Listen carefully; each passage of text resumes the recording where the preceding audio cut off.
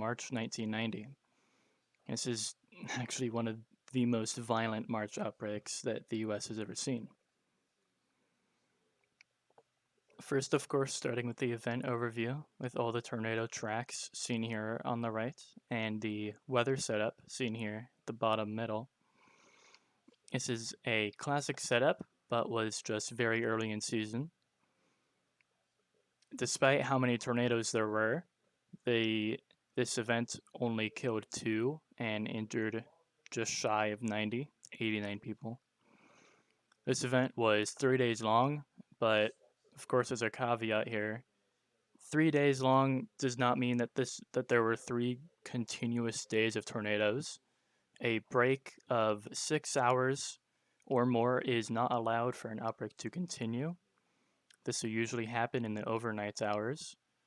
So once the atmosphere is destabilized again the next day, and if there's a number of tornadoes that day, the outbreaks are stitched together. As you'll see with most outbreaks from the 90s, there is a surprisingly large lack of documentation for the time, not for lack of me trying. A lot of tornadoes are simply just don't have any photos of them that I'm able to find or any videos, and surprising short amount of aftermath photos as well. On from that though, there is a total of 58 to 64 tornadoes seen here, and as also noted here, 44 of which touched down in Nebraska and Kansas combined. And there were 4 violent tornadoes, 2 F5s and 2 F4s, and all 4 of those will be covered. So on to the notables, of course. The first one here is the Prairieburg to Worthington, Iowa F4. Its track is seen here with this left-hand picture. Note how it's all pretty long. However, not really. As seen here, I typed it out. There's an unknown amount of casualties meaning deaths and injuries, but tracked a relatively short and pretty average 31 kilometers. So all of these tornadoes here that you see in the left are a lot shorter than that, which are much shorter than average tornado tracks. I mean, some of these are still F3s, so not to be laughed at. Not exactly seen here in this image, or possibly the distance is a little off-putting, so you don't exactly know how wide the tornado is. This tornado was reportedly half a mile, which is 0.8 kilometers wide at times. So varied in width a fair bit, not as much as others that do vary in width though. And as seen here with the town of Suffolk, many buildings destroyed, I mean just 29 alone in this town, but another 10, so a total of 39 homes and businesses were either destroyed or damaged. As you can see here, 130 had minor damage, 50 affected, all of this stuff here. On from the next one, this is the other F4, the Red Cloud to Schulier, Nebraska F4. It's an interesting name, Schulier. Its track circled here in pink. This tornado thankfully didn't kill anyone, but did injure 9 people. This tornado coursed an absolutely insane 211 kilometers. Again, track circled in pink here. That is almost the width of the widest part of Nebraska. It almost covered the entire state of Nebraska, is what I'm saying. And that is insane. There, as you can see, there was an F1 that touched down in Kansas from this cell before this F4 started. And this 211 kilometers is from a single tornado. It is There is no reports of twin funnels. There's no nothing like that. On from that though, and as also seen here, and estimated to be around only a fourth mile wide, which is zero point 0.4 kilometers. However, just because it's 0.4 kilometers doesn't mean that it's still a wedge.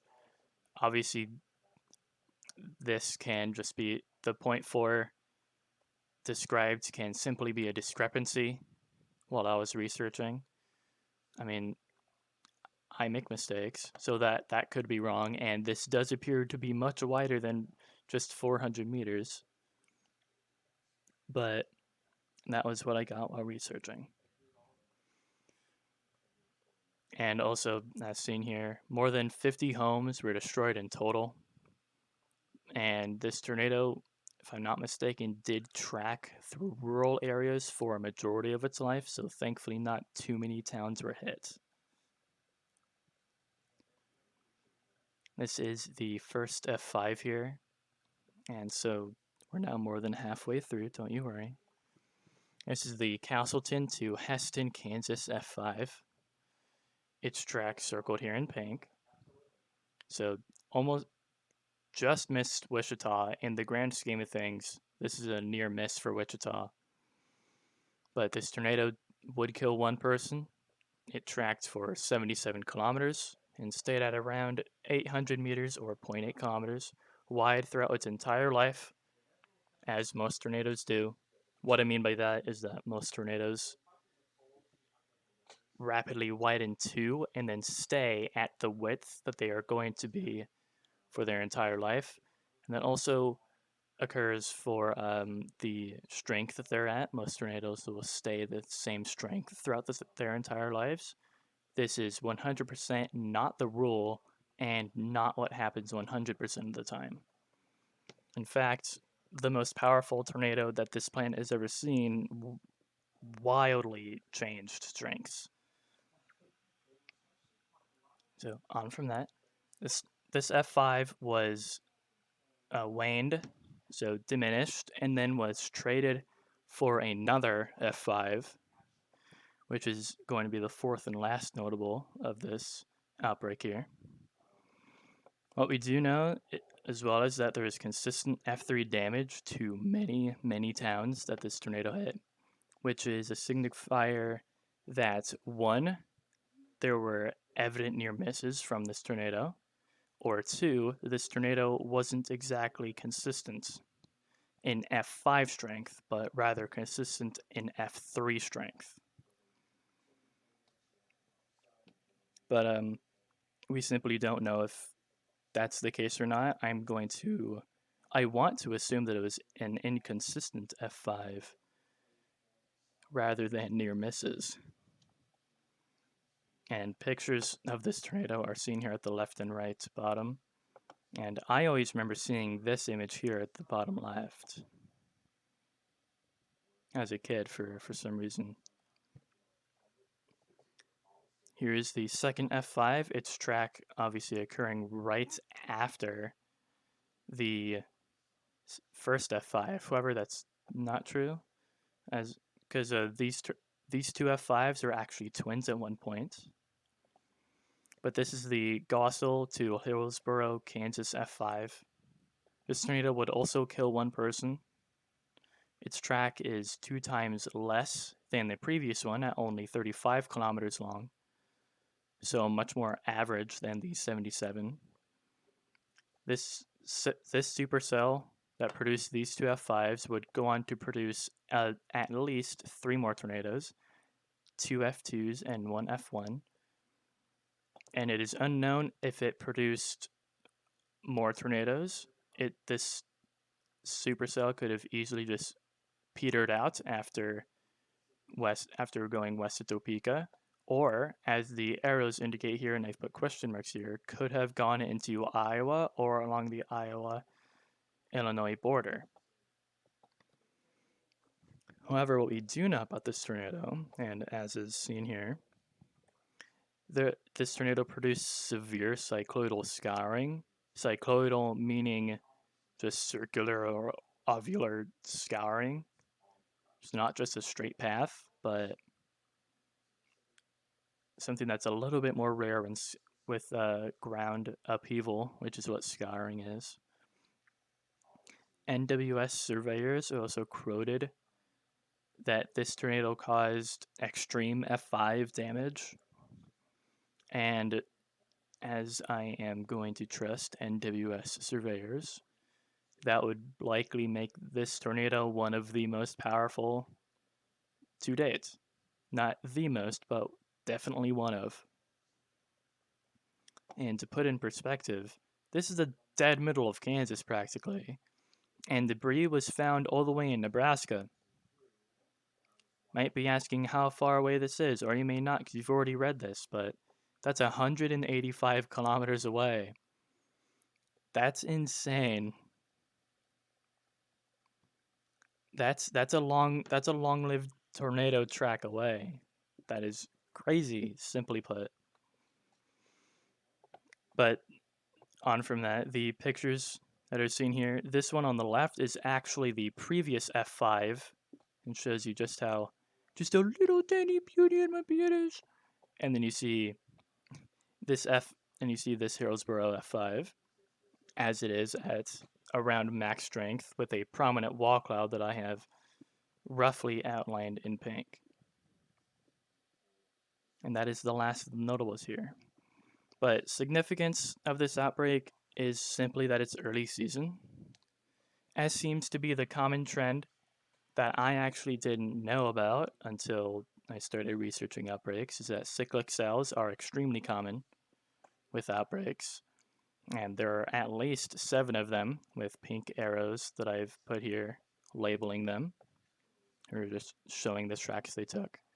And those 7 cells, 7 to around 12-ish, but 7 at least, easily took part in producing over half of the total tornadoes from this outbreak.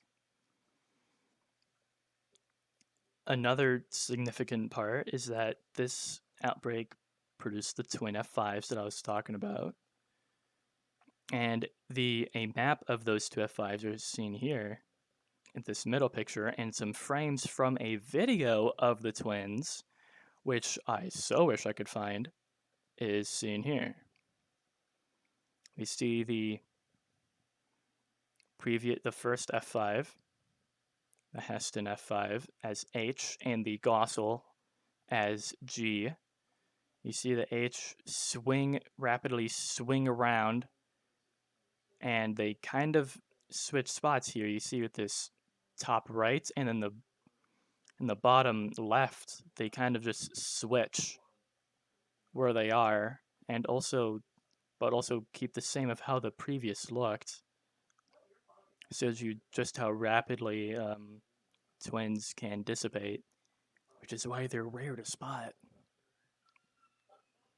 But these are confirmed twins here, as you can see.